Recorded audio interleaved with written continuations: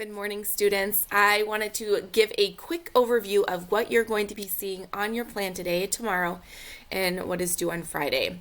So you will see that the Module 4 final is on your plan, and it stretches over a couple days. And the thing is, it is not a normal exam where you take a test. Instead, it is an exam where you make a test. So let's click on that Module 4 final and see what we see. You'll see here, Module 4, create a quiz. And if we click on that, it's going to give you the instructions as well as a rubric with what is expected of you. So let's take a look at the instructions first. So for this unit, you're in charge of writing the test. Your test will need to cover all of the topics of Unit 4, have multiple types of questions, and include the answers. That's key. You can't just write a question and leave it.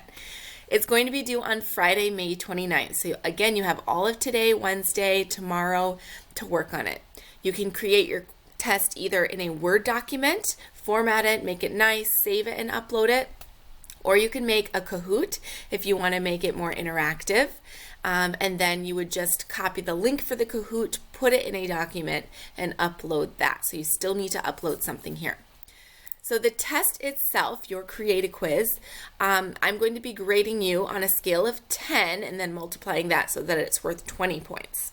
But here's how you're going to be graded. We always want to look at the rubric, the most points, so let's start there. For the number of questions, you need at least 12. If you have less than that, you will not get full points. For the types of questions, you need a variety.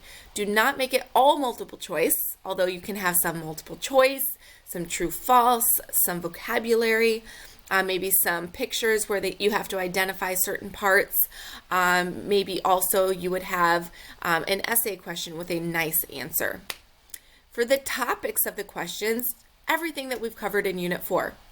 So please go back, review the topics from the lessons that you've covered so far here in Unit 4. So the origin of the universe, the planets themselves, the gravitational forces, all of that, please. For organization, make sure that it's well organized, that your formatting is correct if you're doing a Word document, and that again, you've included all of the answers. That's part of it.